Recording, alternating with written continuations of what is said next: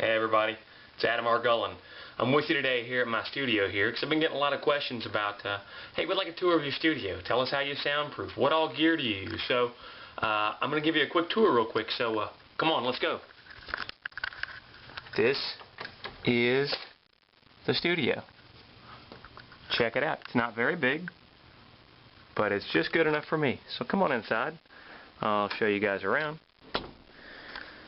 Obviously, first thing you notice when you walk in, my beautiful set of Savior custom drums. I love those guys. Kenny and Tony make fine drums. I've given you guys a tour of my drum kit, but just a refresher, I've got the 20 by 18 kick.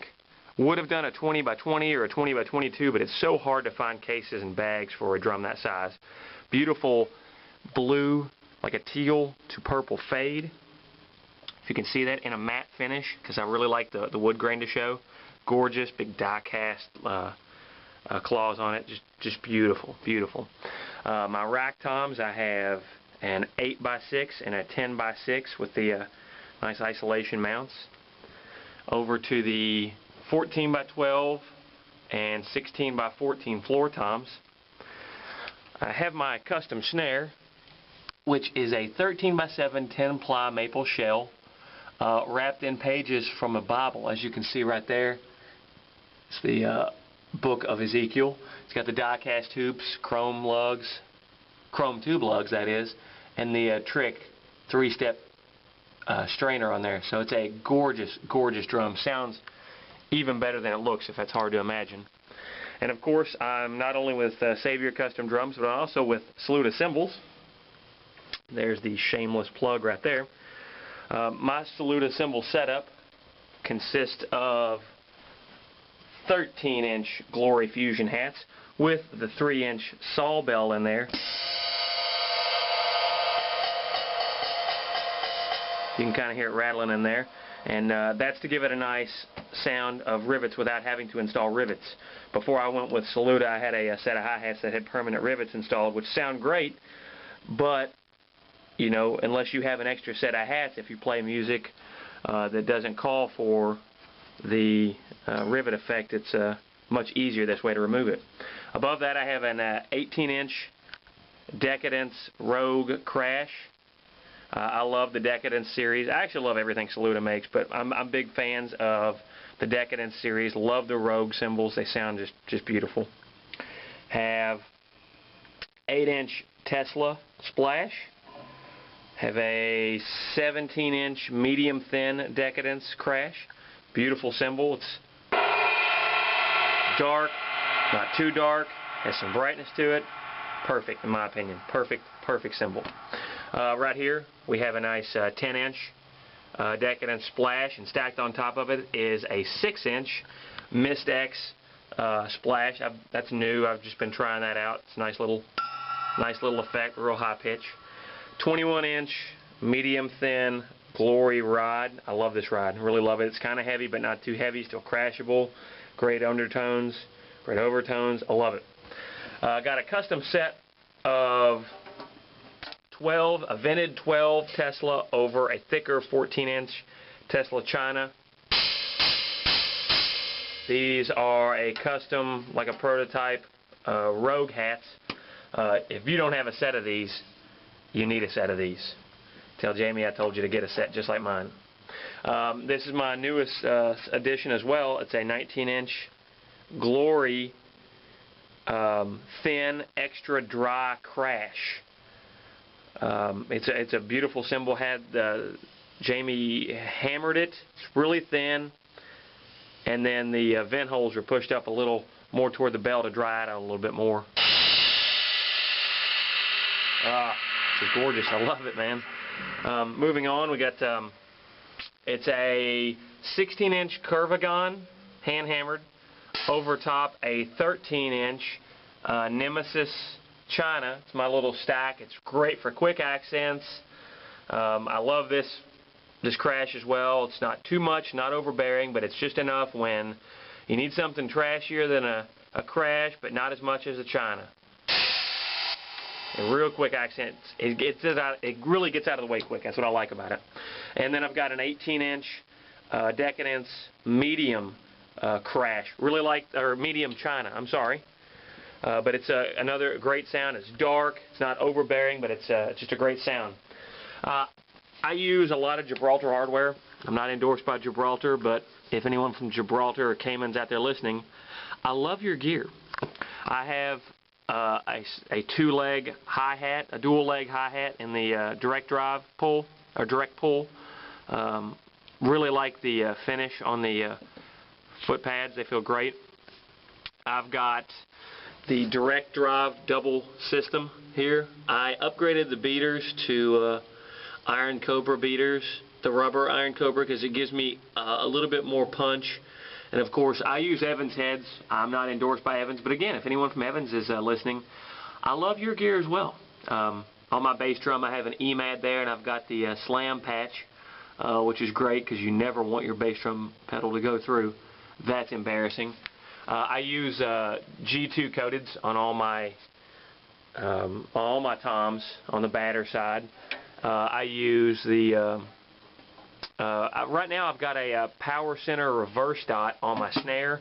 I typically use an HD dry, but I was just trying something out.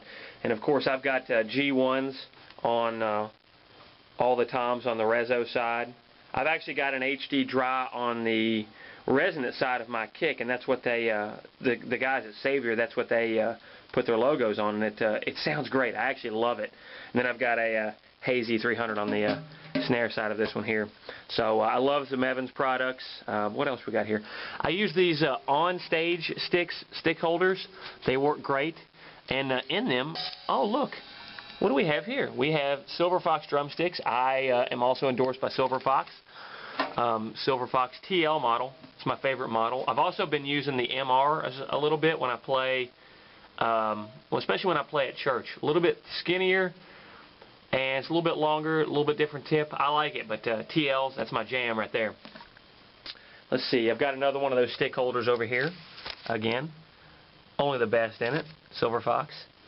I also use LP Aspire cowbell. That's to me, it's just a great multi-purpose cowbell, and I've also got an LP clamp because I really like having my cowbell placed right there. That to me is the ideal spot to have it.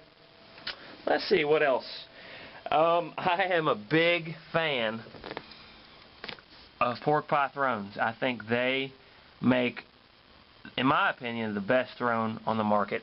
I've got the blue sparkle side with the swirled blue velvet top because that's just how I roll, and it kind of matches the blue in my kit. And I have a blue carpet. For those of you that don't mark your carpet and you play out, you should really mark your carpet. I have found that gaffer's tape works the best at marking your carpet, and when you roll up your carpet it doesn't come off.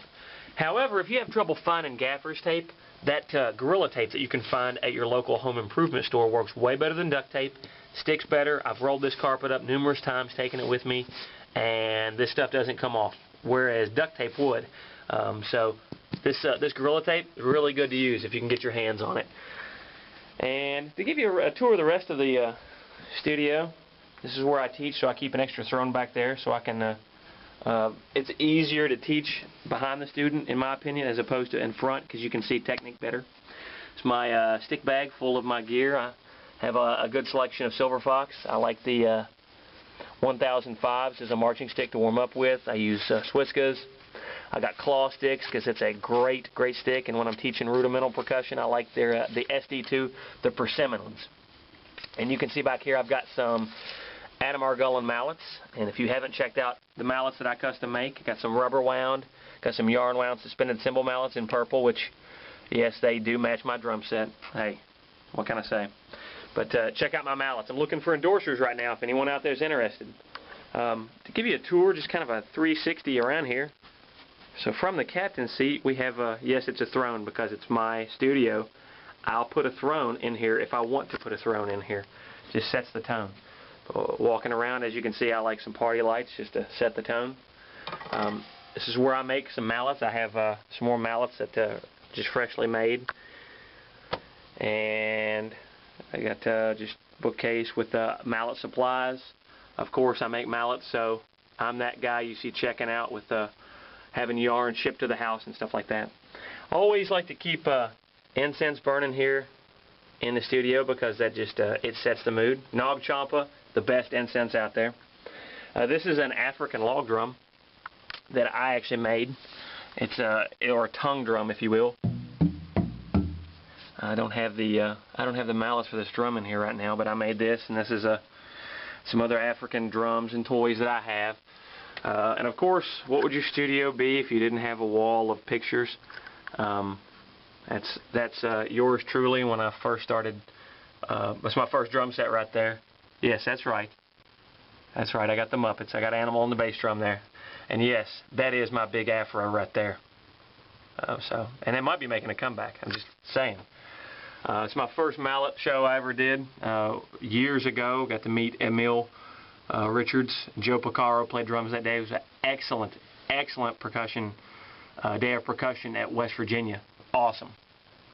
Thanks to the guys at Marshall University for hosting me that day with my mallet booth.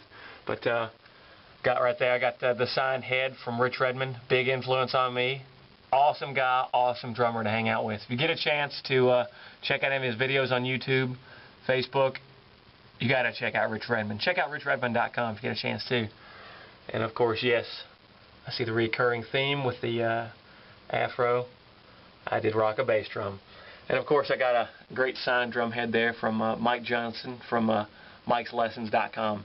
A lot of people have also asked me about how I soundproof this room and what I did.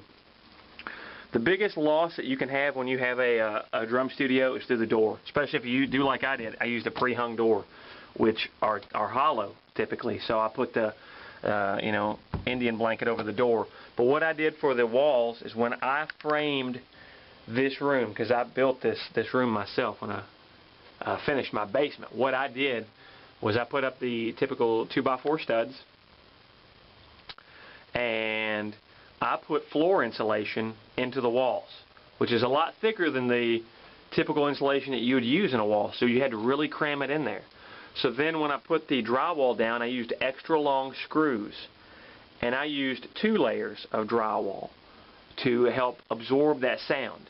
After I put up the floor insulation into the studs, put up the 2 layers of drywall, I then went and put this. This is typical foam egg crate that you can get at, any home improvement store or where you'd buy bedding.